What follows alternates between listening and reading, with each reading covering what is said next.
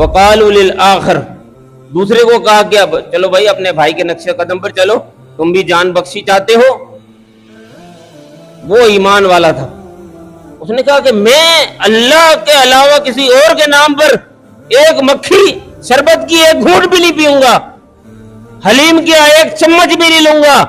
بریانی کا ایک چمچ بھی نہیں لوں گا، ایک پلیٹ بھی نہیں لوں گا، لے جاؤ بھائی اپنے گھر، لینا بھی نہیں ہے۔ اس نے بولا اللہ کے ذات اتنی عظیم ذات ہے، وہ اس کے ساتھ میں ایک ذرے کا بھی شراکت کر دوں؟ نظر، نیاز، للہ فی اللہ، یہ تو اللہ کے لیے خاص ہے، غیر اللہ کہاں اس میں آ گیا؟ کوئی بھی ہے نہیں ہے، کوئی اجازت نہیں ہے، ایک مکھی کی بھی اجازت نہیں ہے۔ بولا جی یہ تو بڑا گستاخ ہے، بدبخت ہے، وہابی ہو گیا۔ ہر قسم کی حمد و ثنا، بزرگی اور بڑائی، تمام تر تعریف و توصیف، شان و شوکت، عزت، جاہ و جلال، سلطنت اور تمکنت ایک اللہ رب العالمین احکم الحاکمین کے لیے ہے، جو اس ساری کائنات کا بلا شرکت غیر خالق اور مالک ہے، حاجت روا اور مشکل کشا ہے، داتا بھی ہے، دستگیر بھی ہے۔ لا تعداد ان گنت بے شمار درود و سلام کی برکھا ہمیشہ نازل ہوتی رہے امام الانبیاء محمد الرسول اللہ صلی اللہ علیہ وآلہ وسلم کی ذات عالی شان پر۔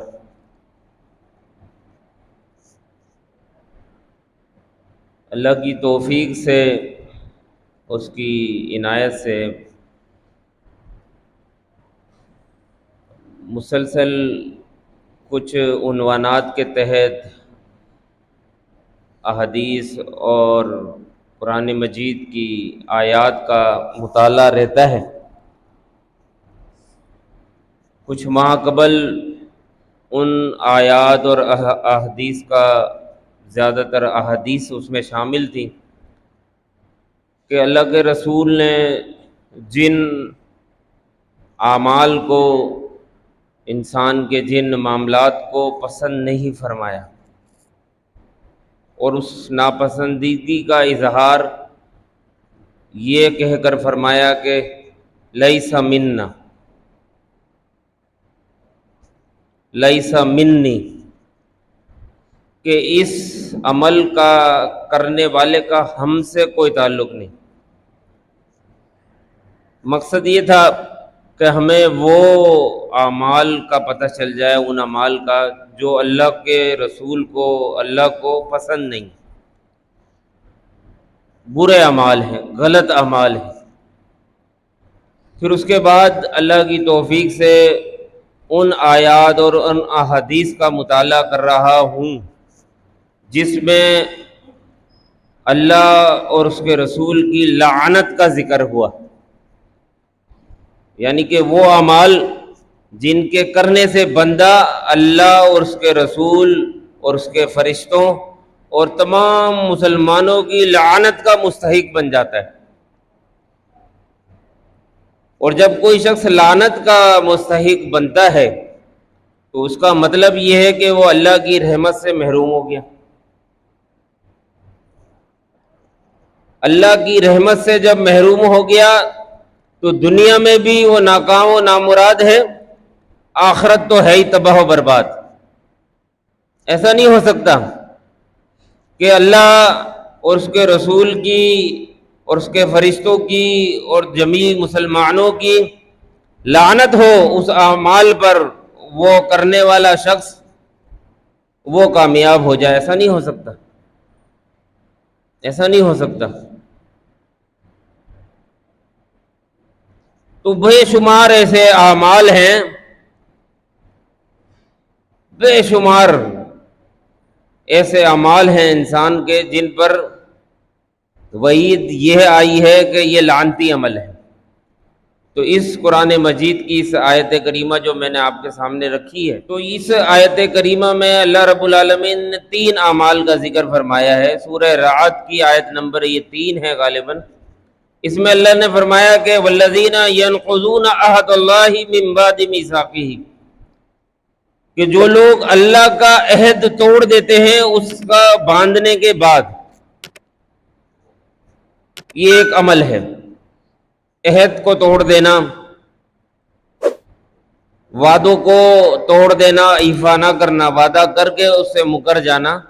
یہ ایک ایسا عمل ہے جس پر اللہ نے لعنت فرمائی۔ پھر فرمایا کہ وَيَقْطَعُونَ مَا أَمَرَ اللَّهُ بِهِ أَن يُوصَلَ، اور جسے اللہ نے جوڑنے کا حکم دیا ہے اسے توڑ دیتے ہیں۔ رشتے ناتے، آپس میں صلہ رحمی کرنا، تعلقات کو خوشگوار اور بحال رکھنا، یہ دوسرا ایک ایسا معاملہ ہے کہ آدمی رشتے ناتے توڑ دیتا ہے، معمولی سمجھتا ہے، لیکن رشتے ناتے توڑ دینے کی وجہ سے اب اس کا کوئی عمل ہی قبول نہیں ہوتا۔ بہت نیکیاں کر رہا ہے، بڑا صدقہ خیرات کر رہا ہے،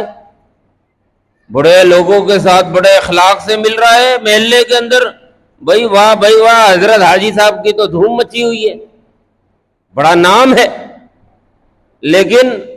اپنے چچا، اپنے بھائی، اپنے ماموں، اپنی خالہ، اپنے خالو، اپنے بھائیوں سے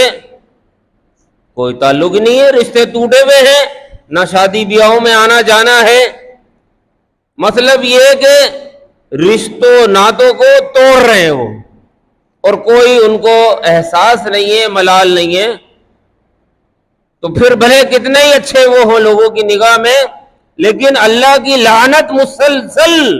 ان پر پڑ رہی ہے، اور یہ لعنت کا ہی سبب ہے کہ تمام عبادات اور نیکیاں اللہ کی بارگاہ میں نہیں پہنچ رہی۔ تیسرا عمل وَيُفْسِدُونَ فِي الْأَرْضِ، کہ معاشرے میں فساد برپا کرتے ہیں۔ اس کی بھی کئی شکلیں ہیں، دو شکلیں میں صرف سرخیوں پہ ہی آج اکتفا کروں گا، چھوٹی چھوٹی سی باتیں آپ کے سامنے رکھوں گا، تفصیل میں نہیں جاتا۔ فساد فی الارض، سب سے بڑا فساد فی الارض یہ قتل و غارت گری کرنا، معاشرے میں فحاشی اور عریانی پھیلانا، شرک و بدعات کا فروغ دینا، اور یہ ڈاکے ڈالنا، ڈاکہ قانون پاکستان کی روح سے 5 افراد یا اس سے زیادہ افراد مل کر اسلحہ ہاتھ میں لے کر کوئی کارروائی کرے تو اس کو ڈاکہ کہا جاتا ہے، اور پھر اس میں اسلحہ ہے تو پھر قتل بھی ممکن ہے، صدور ہو جاتا ہے، اسی لیے اس کو فساد فی الارض قرار دیا گیا ہے کہ معاشرے میں اس سے بڑا فتنہ پیدا ہوتا ہے، فساد پیدا ہوتا ہے، اور قرآن مجید میں اس کی بڑی سخت سزا ہے۔ کچھ نو مسلم انہوں نے یہ معاملہ کیا، اللہ نے ان کے لیے حکم صادر کر دیا قرآن مجید میں، ان کے مخالف سمت میں ہاتھ اور پیروں کو کاٹ دو اور ان کو دردناک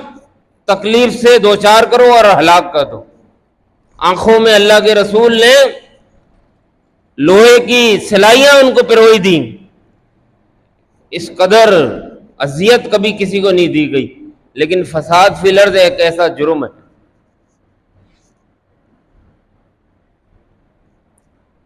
تو سب سے پہلی بات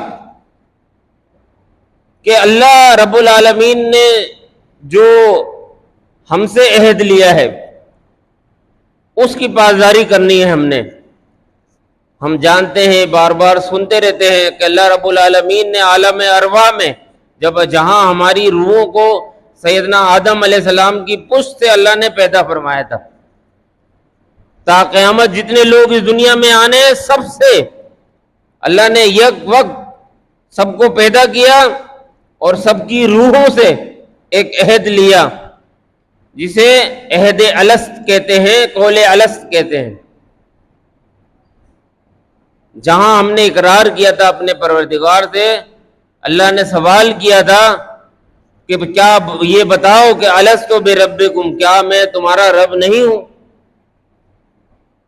یہ ایک اللہ نے ہم سے سوال کیا تھا اور ہم نے اس بات کا اقرار کیا تھا کہ ہاں اللہ تو ہی ہمارا رب ہے، خالق ہے، مالک ہے، تو ہی ہمارا پیدا کرنے والا ہے، ہم تیری ہی بندگی کریں گے۔ یہ قالو بلا میں یہ ساری باتیں شامل ہیں، اور اللہ کے عہد میں یہ بات شامل ہے کہ تم میرے ہی بندگی کرو گے، اور میرے سوا کسی کو بھی احادیث میں اس کی تفصیلات موجود ہیں، میرے سوا کسی اور کی بندگی نہیں کرو گے۔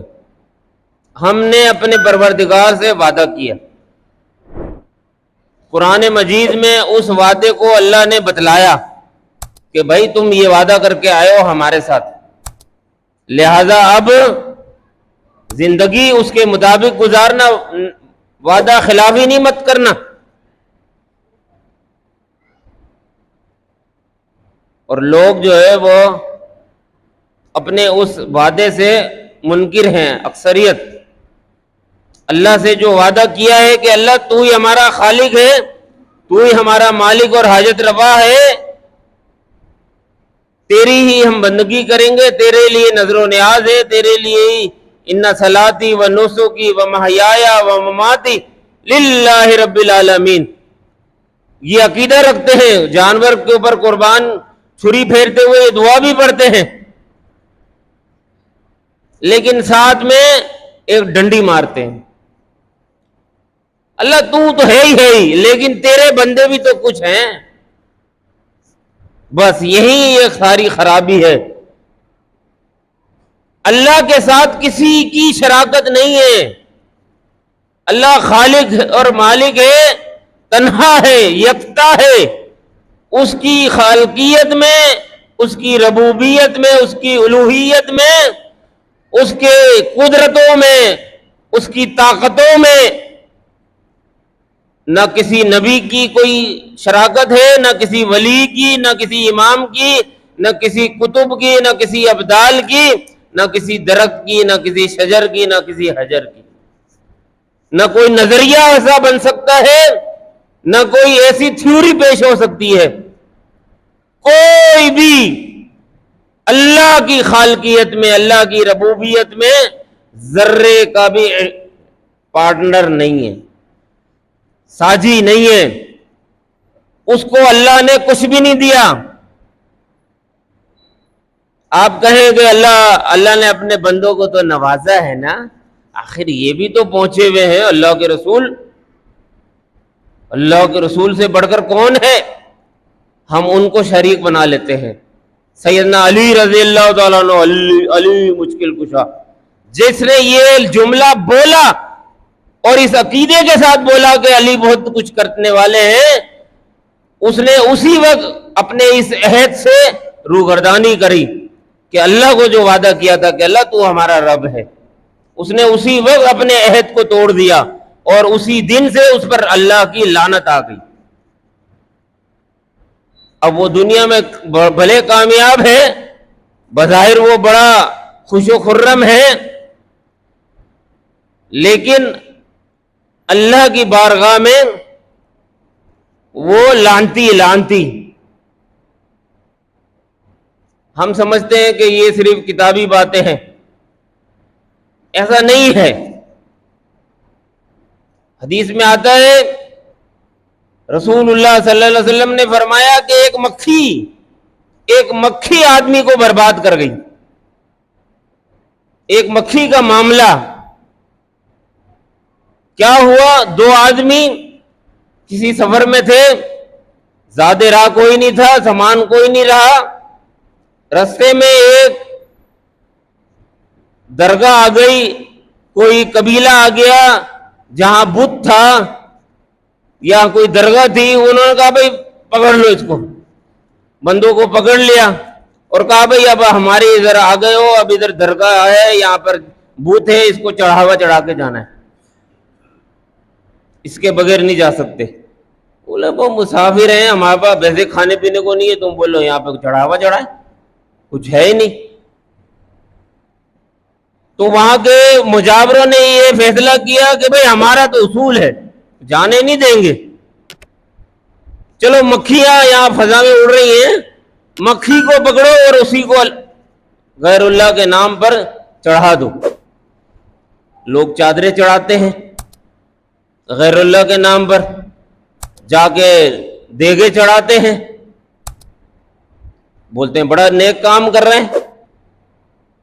حدیث میں آیا ہے کہ جب اس کو کہا گیا قالوا لہو قرب ولو ذبابا کہ بھئی ایک مکھی چڑھا دو، وہ بندہ تیار ہو گیا، فقرب ذبابا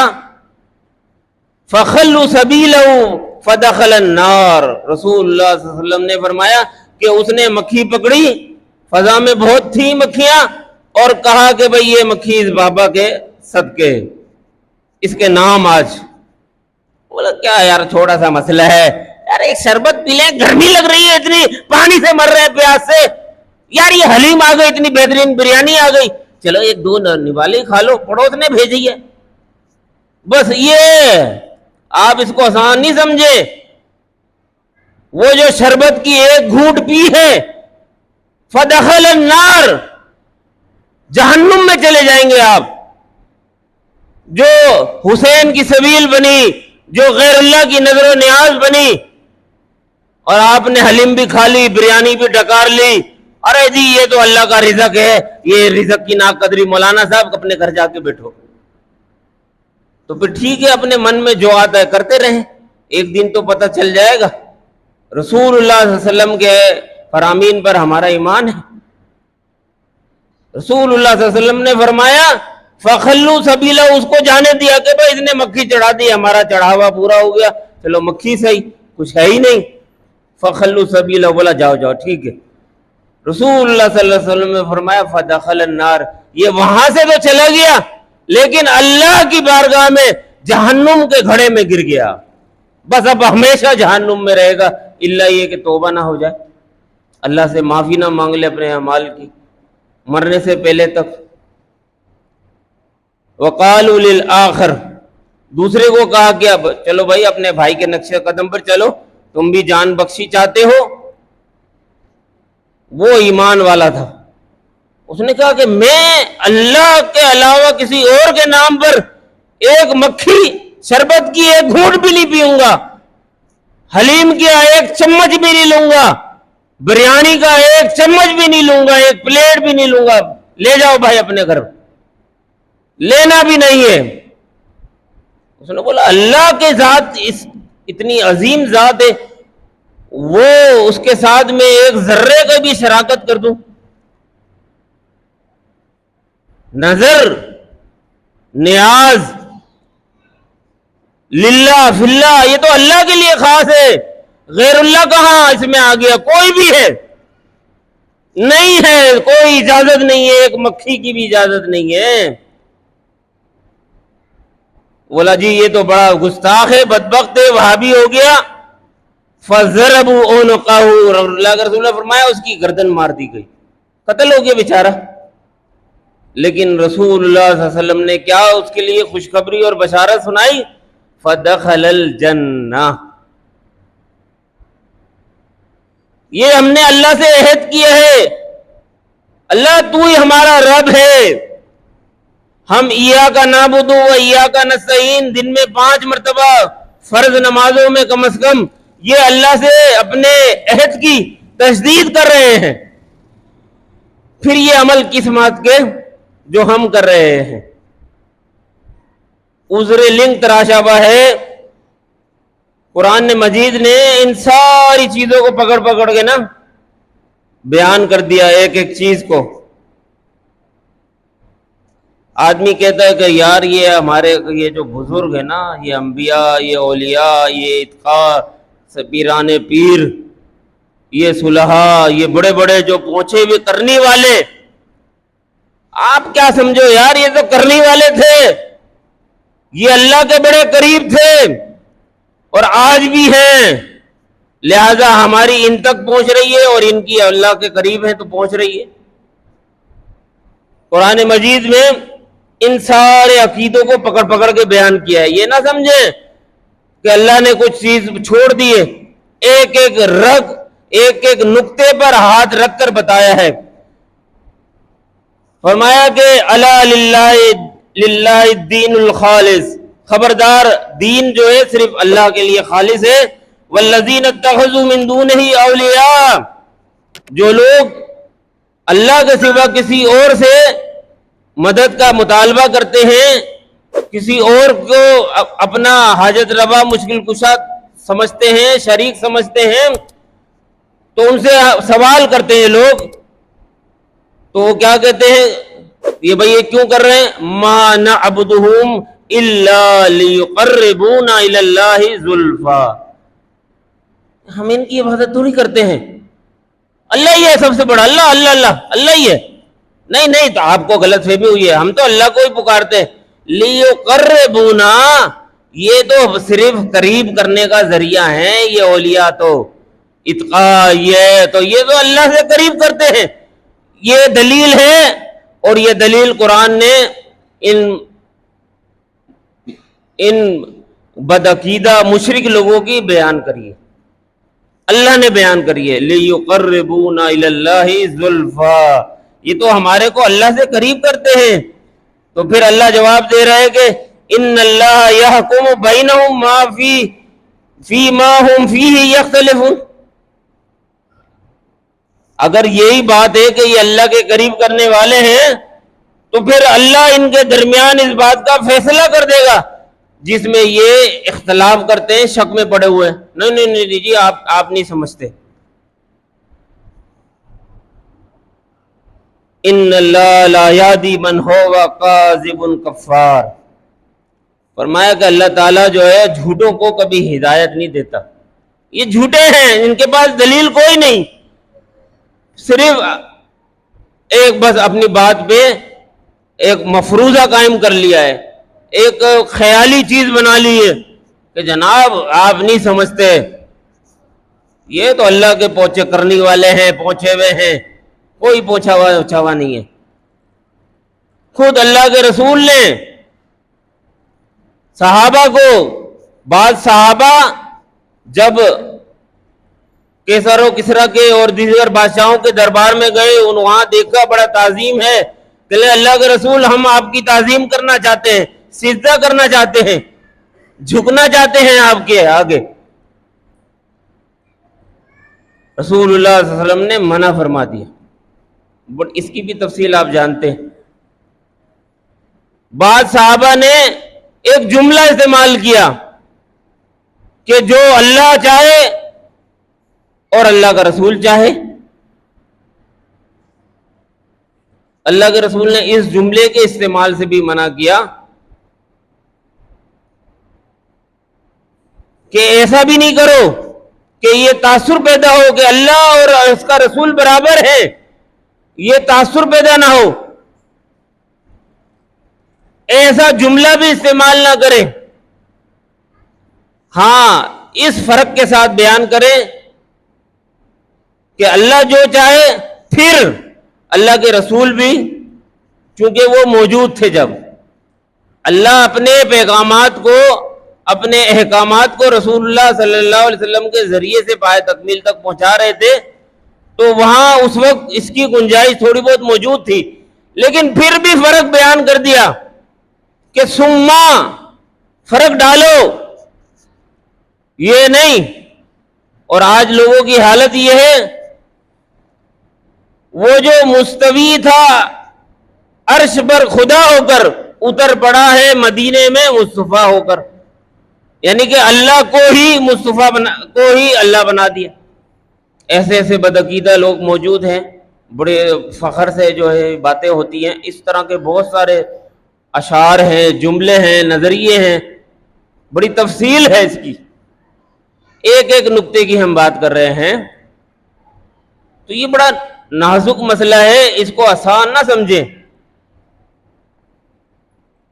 یہ اللہ سے جو عہد کیا ہے اس پہ کاربند رہے، اس کو پورا کریں، اور اس میں علماء نے اس کی تفصیل یہ بیان کی ہے کہ اس میں وہ سارے عہد و پیمان ہیں جو لوگ آپس میں ایک دوسرے سے بھی کرتے ہیں، کاروباری لین دین میں باتیں کرتے ہیں، وعدہ کرتے ہیں کہ اتنے عرصے میں آپ سے یہ کاروبار کیا، اس میں یہ پیمنٹ کر دیں گے، پھر اس میں پورے نہیں اترتے،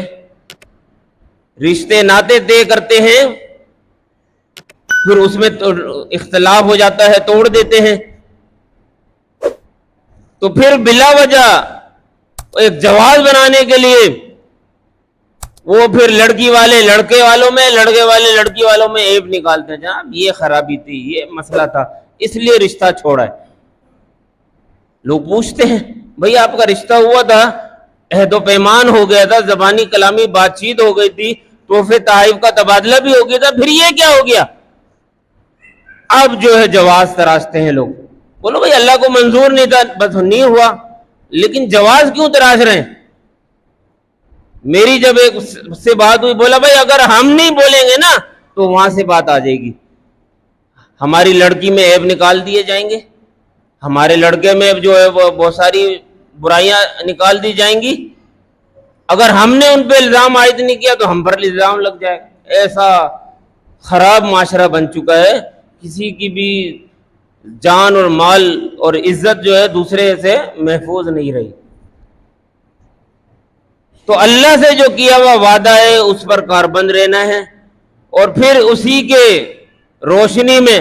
بندوں کے ساتھ بھی جو آپ وعدہ کریں، بندوں کے ساتھ بھی جو معاملات کریں اس میں بھی سچے رہیں، کھرے رہیں، جھوٹ نہ بولیں، جو وعدہ کریں اسے پورا کرنے کی کوشش کریں۔ ہاں اگر کمی بیشی رہ جاتی ہے، نہیں ہو پاتا تو معذرت کر لیں، کہہ دیں بھائی غلطی ہو گئی ہے، آپ معاف کر دیں،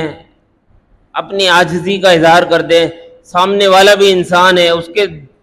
جسم میں بھی ایک دل ہے، اس کے اندر بھی یقیناً کوئی نہ کوئی نرمی کا جذبہ اور حصہ یقیناً ہوگا، تو وہ بھی آپ کو جب آپ دیکھے گا کہ بندہ اتنا عاجزی کا مظاہرہ کر رہا ہے تو وہ بھی درگزر کرے گا۔ تو اللہ رب العالمین سے جو عہد کیا ہے اس پر قائم رکھے۔ اللہ رب العالمین ہمیں توفیق عنایت فرمائے کہ ہم اپنی توحید پر اٹل ہو جائیں۔ یقین جانیے توحید پر اٹل ہو گئے، اللہ کی وحدانیت پر سچا عقیدہ بنا لیا، اس پر کاربند رہے، پھر سارے دلتر دور ہو جائیں گے، کمی بیشیاں دور ہو جائیں گی، کوتاہیاں خامیاں دور ہو جائیں گی۔ جہنم میں جانے کے بعد بھی اللہ تعالیٰ اس عقیدے کی برکت سے آپ کو جنت میں لے جائے گا، آپ کا جو ہے وہ تمام تر معاملہ درست ہو سکتا ہے۔ اللہ رب العالمین ہمیں قول الست پر، عقیدہ توحید پر کاربند رکھے، اللہ سے کیے ہوئے وعدے کی پوری پاسداری کرنے کی توفیق عنایت فرمائے۔ اقول قولی ھذا استغفر اللہ لی ولکم۔